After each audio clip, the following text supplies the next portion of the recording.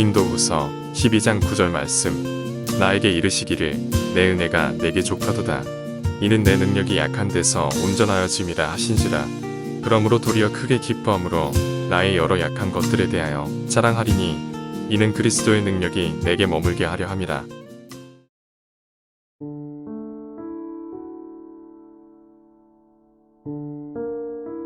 그녀는 상한 갈대였다. 12해를 혈루증으로 앓았고 많은 괴로움을 받았고 있던 것도 다 허비하였으되 아무 효험이 없고 도리어 더 중하여졌다. 그녀는 만성하혈증으로 피가 멈추지 않고 흘러나왔다. 시대를 막론하고 참으로 견디기 어려운 병 아닌가?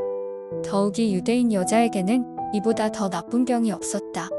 이 병은 그녀의 인생에 견디기 어려운 고통을 안겨주었다. 그녀는 한 여성, 한 어머니로서의 삶을 포기해야 했다. 남편과 접촉할 수 없었으며 아이를 낳을 수도 없었다. 그녀가 만지는 것들은 모두 부정한 것으로 취급되어 그릇을 씻을 수도 바닥을 청소할 수도 없었다. 성전에도 들어갈 수 없었으며 사회적으로 심한 멸시와 냉대를 받았다. 육신은 점점 지쳐갔다. 그동안 여인은 여러 의사들에게 도움을 청했다. 여인은 갖고 있던 재산을 모두 허비했다. 육체적인 고통도 힘겨운데 재정적인 어려움까지 닥치면서 더 무거운 고통의 짐을 지게 되었다. 그녀는 상한 갈대였다. 아무 효력이 없었고 상태는 더 악화되었다. 그녀는 매일 아침 끔찍한 몸을 일으켜 세웠으며 매일 그런 몸으로 간곡히 기도를 드리고 잠자리에 들었다. 그날도 그녀는 자신의 병을 위해 기도하려고 했다. 자, 여러분, 우리가 읽은 내용으로 봐도 참 절망적이다. 그런 공감을 할 수 있을 것 같아요. 육체적으로도 그렇고 또 경제로도 그렇고 신앙적으로도 삼중고를 지금 겪고 있는 거잖아요. 유대인의 그 인식이 부정한 사람은 성전에 갈 수도 없고 대인관계도 인간관계도 접촉에 부정이 전염이 되는 거니까 할 수 없는 그런 상황이니까 사람을 기대기도 어렵고 하나님을 성전에 가서 하나님 앞에 기도하는 것도 어렵고 참 너무너무 힘든 그런 안타까운 상황인 것 같은데, 그래도 이 여인에게 가지고 있는 최대의 희망이 무엇입니까? 믿음의 끈을 안 놓는 것이라고 생각해요. 믿음의 끈을 놓아버렸으면 주님을 만날 기회도 다 잃는 거잖아요.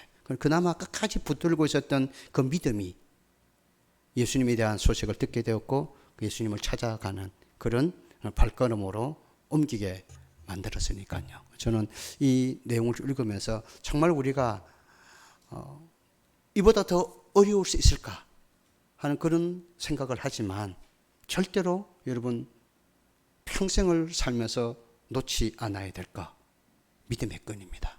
믿음의 끈. 그 끈이 마지막 우리를 바꾸는 거예요. 절망의 자리에서 우리를 일으켜내는 그 축복이 된다는 사실을 여러분이 꼭 기억하시고, 기도의 끈 놓지 마시고 믿음의 끈 놓지 마시고 예배의 끈 놓지 마시고 좀 하나님 앞에 살아가셨으면 좋겠습니다. 완전히 절망적인 상태에 처했을 때 하나님께 도움을 간청한 사람들이 등장합니다. 사무엘하 12장 16절 17절입니다. 시작. 다윗이 그 아이를 위하여 하나님께 간구하되 다윗이 금식하고 안에 들어가서 밤새도록 땅에 엎드렸으니 그 집의 늙은 자들이 그 곁에 서서 다윗을 땅에서 일으키려 하되 왕이 듣지 아니하고 그들과 더불어 먹지도 아니하더라.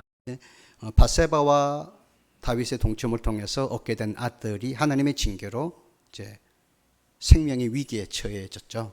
그래서 그 아들의 치료를 위해서 하나님 앞에 기도하는 아버지 다윗의 모습을 보여줍니다.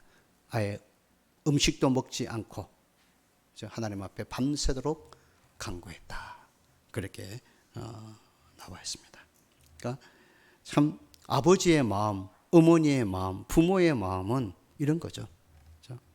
하나님 앞에 자기의 생명을 담보로 부르짖는, 차라리 자기가 죽고 아들이 살았으면 좋겠다 하는 그런 마음이 부모의 마음일 겁니다. 악한 아버지, 악한 부모가 아니라면 누구든지 이 모습은 우리가 공감할 수 있는 것인데, 이걸 우리가 부모된 우리가 문제를 기도로 하나님 앞에 가져가지 못할 때가 있다면 아이의 희망은 아무데도 없는 거죠.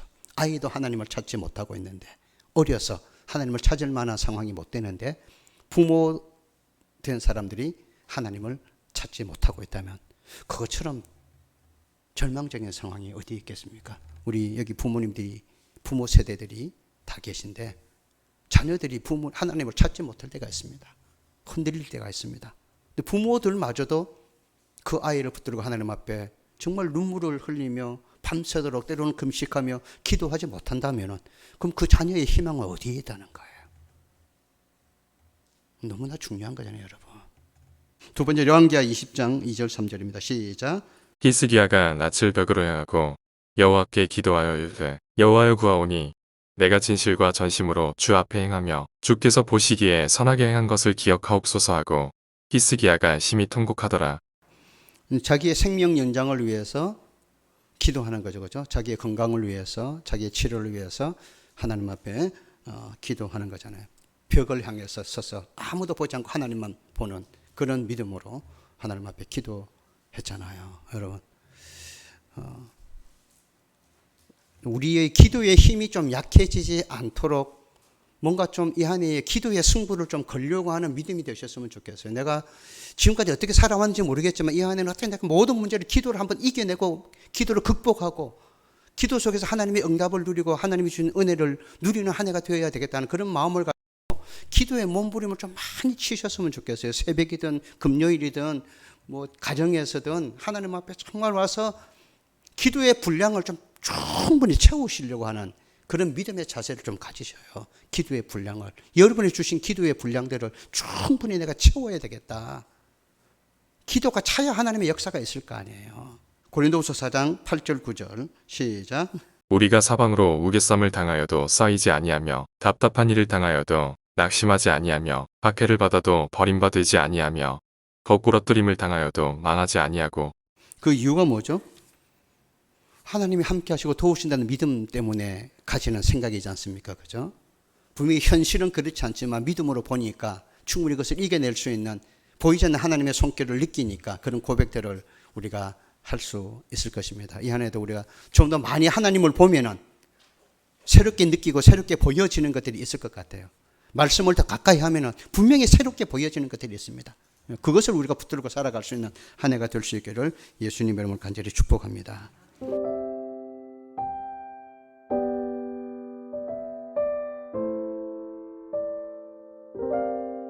여인이 예수님에 가까이 갔을 때 그분은 이미 많은 사람들에게 둘러싸여 있었다. 예수님은 해당의 책임자인 야이로의 부탁을 받고 그의 집으로 가시는 중이었다.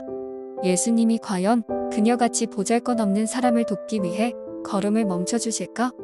게다가 높은 관리의 딸을 살리시기 위해 황급히 가는 길 아닌가? 예수님이 여인을 돌아보실 가능성은 거의 없다.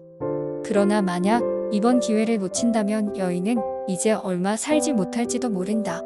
여인은 그만큼 절박했고 반드시 이번 기회를 잡아야겠다고 다짐했다. 여인은 이렇게 생각했다.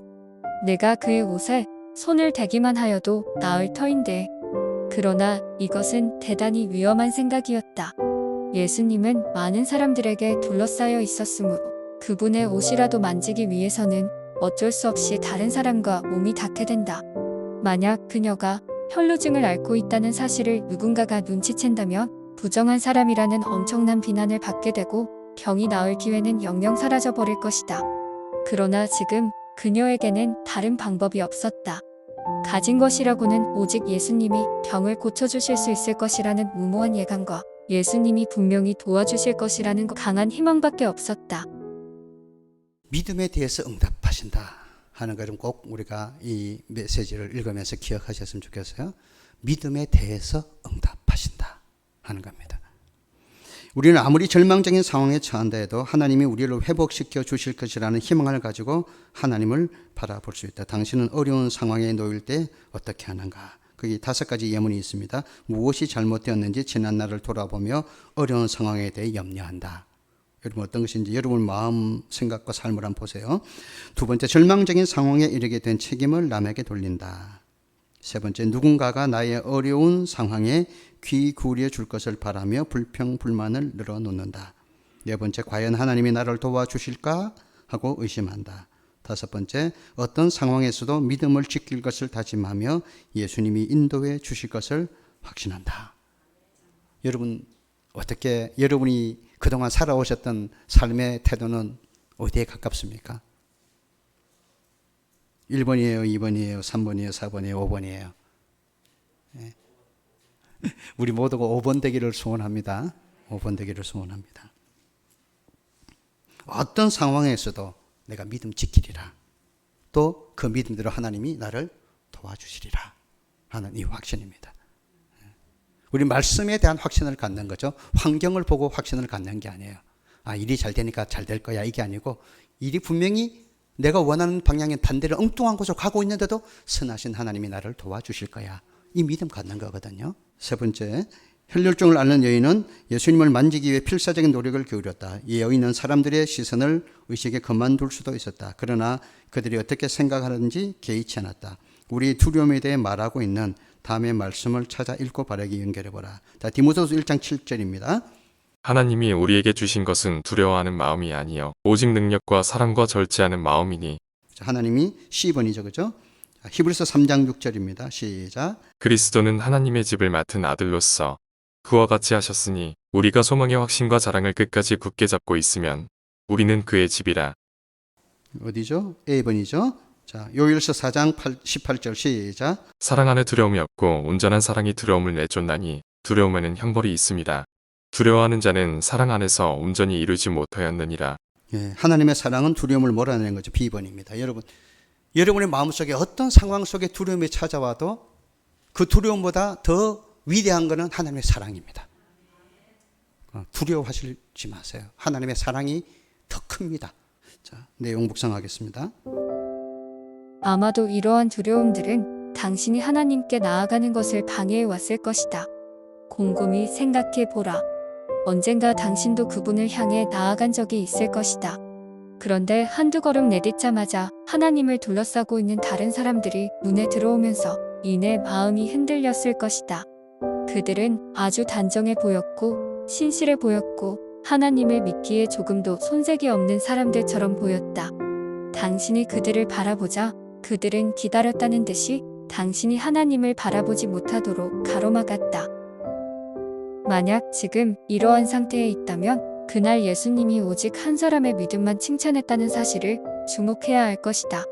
칭찬을 받은 사람은 부유한 자선사업가도 신실한 제자도 아니었다.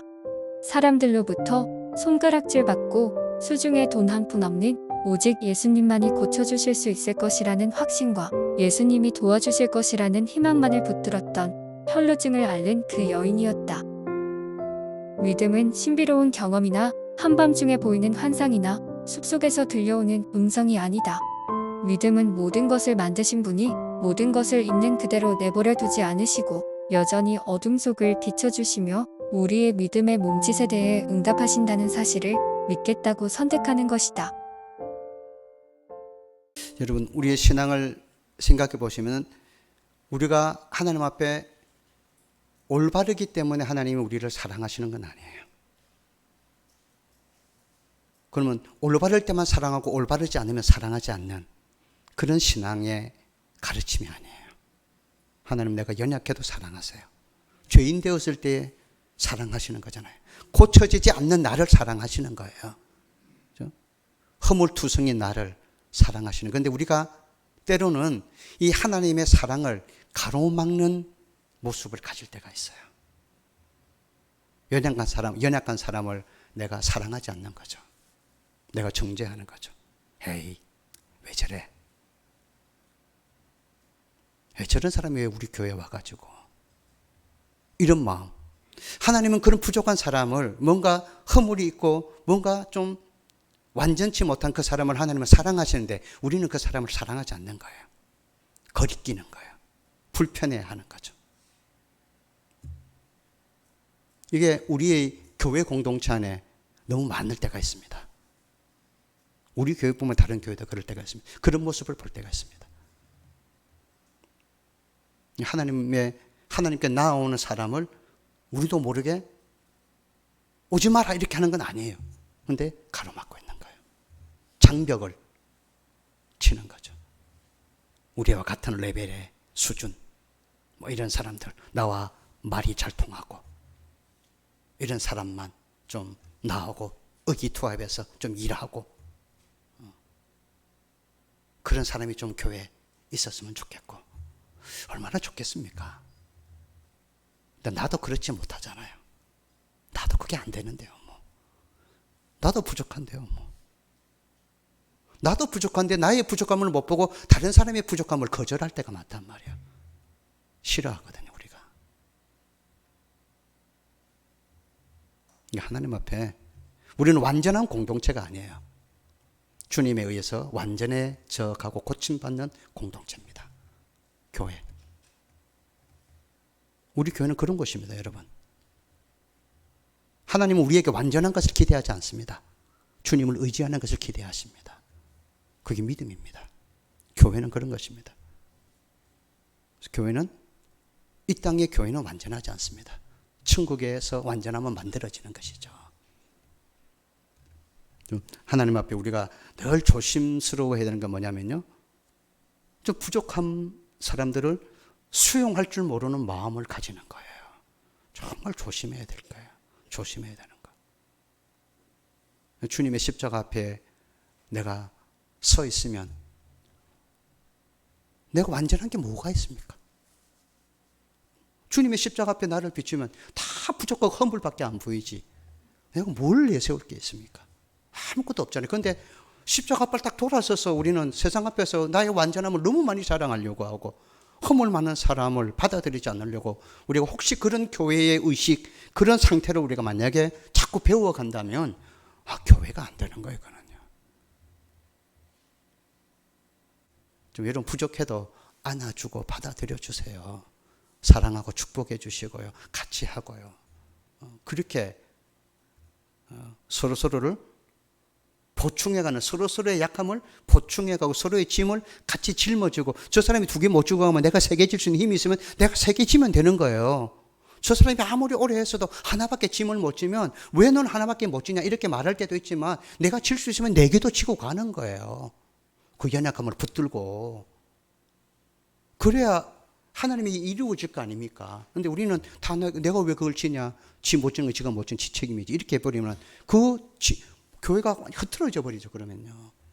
여러분 좀 더 수고할 수 있으면 수고하세요. 하나님이 갚아주시는 걸 우리는 믿잖아요.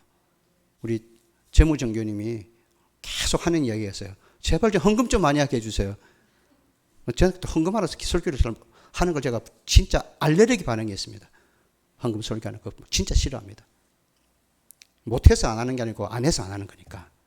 몰라서 안 하면 가르쳐야 되는데 다 아는데 안 하거든. 그럼 저 뭐 어떻게 하겠어요. 자선남비 남의 호주머니 그 뺏어와서 자선남비 못하는 것처럼 여러분 호주머니를 훔쳐서 제가 헌금 못하는 거예요.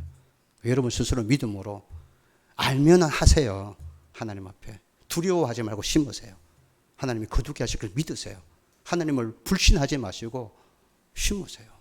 그래야 거두는 축복을 얻는 거예요. 믿음에 관한 설명입니다. 자, 하나님께 나아가는 사람은 하나님이 우리를 구원할 만한 충분한 능력을 가지고 계심을 믿어야 한다. 어때요? 히브리서 11장 6절에 뭐라고 되어 있죠? 믿음이 없이는 하나님을 기쁘시게 하지 못하나니 하나님께 나아가는 자는 반드시 그가 계신 것과 또한 그가 자기를 찾는 자들에게 상 주시는 이심을 믿어야 할지니라. 아멘이죠. 아멘이죠. 하나님을 찾는 자들을 축복하시는 하나님. 우리가 하나님을 찾으면 하나님이 절대로 그냥 두지 않습니다. 반드시 상 주시는 분이십니다. 그 하나님을 저는 믿습니다. 우리 교회가 함께 기도하면 하나님이 역사하실 하나님, 그 하나님을 믿습니다. 우리가 하나님의 능력을 의심하는 것은 진정한 믿음을 갖고 있지 않다는 증거다. 야고보서 1장 6절 7절 시작. 오직 믿음으로 구하고 조금도 의심하지 말라. 의심하는 자는 마치 바람에 밀려 요동하는 바다 물결 같으니 이런 사람은 무엇이든지 주께 얻기를 생각하지 말라. 의심하는 것은 진정한 믿음이 없죠. 그죠? 얻을 걸 생각하지 말라 그랬잖아요. 의심하는 사람들은. 그죠? 하나님께서는 우리의 모든 문제를 거뜬히 도와주실 만한 능력이 없다. 시편 89편 8절 시작. 여호와 만군의 하나님이여 주와 같이 능력 있는 이가 누구리이까. 여호와여, 주의 성실하심이 주를 둘렀나이다. 어떻습니까? 도와 능력이 없습니까? 있습니까? 있죠, 그죠? 믿음은 우리가 원하는 것을 하나님이 해주실 것이라고 믿는 것이 아니다. 믿음은 하나님이 옳은 일을 하실 것이라고 믿는 것이다. 생각해 보라. 문제가 심각할수록 우리의 기도는 더욱 간절해지지 않는가? 건강한 여인은 예수님의 옷에 손을 댔을 때 어떤 기적이 일어나는지 알 길이 없지만 진퇴양난에 빠져있던 그 여인은 그분의 사랑과 만났을 때 기적을 체험할 수 있었다. 여인이 치유받기 위해 한 일은 아주 작은 것이었다. 고작 한 가지라고는 무리를 뚫고 예수님께 나아가 팔을 내민 것뿐이었다. 내가 그의 옷에만 손을 대어도. 마가복음 5장 28절에 그 내용이죠. 자, 여러분 제일 위에 줄 같이 한번 읽어보실까요? 첫째 단락. 믿음은 우리가 원하는 것을 하나님이 해 주실 것이라고 믿는 것이 아니라 믿음은 하나님이 옳은 일을 하실 것이라고 믿는 것이다. 여러분 참 우리가 마음에 새겨두어야 될 내용인 것 같아요. 하나님은 항상 옳으신 분이다. 옳은 일을 행하실 분이다 하는 믿음. 그 하나님의 선, 하나님의 의가 성실히 나를 항상 따라온다는 사실을 여러분 기억하시고요. 내가 하나님 편에 서면, 내가 말씀 편에 서면 하나님은 반드시 옳은 일을 행하실 분이세요.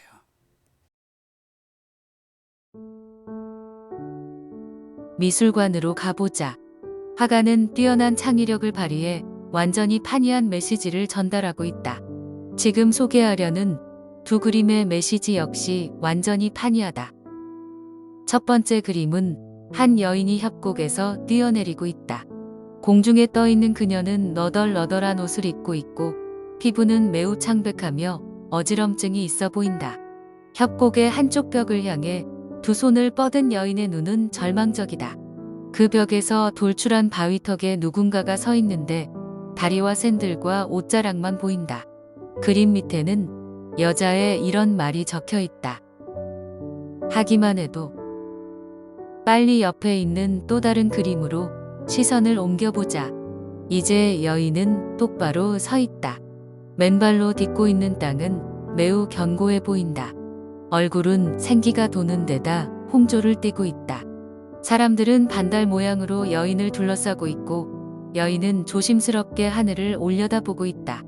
옆에는 여인이 만지려고 했던 그 사람이 서 있다. 그는 이렇게 말하고 있었다. 힘내라. 그의 말은 이 그림의 제목이기도 하다. 우리는 언제든 하나님에게서 도움을 받을 수 있다. 단, 하나님의 도움을 바라는 자에게만 가능한 일이다. 아무것도 하지 않는 사람에게는 아무런 결과도 없다. 간과해서는 안 될 가장 큰 진리는 예수님의 옷을 만짐으로써 치유가 시작되었다는 것이다. 여인은 작지만 용기 있는 몸짓을 통해 예수님의 애정이 듬뿍 담긴 능력을 경험할 수 있었던 것이다.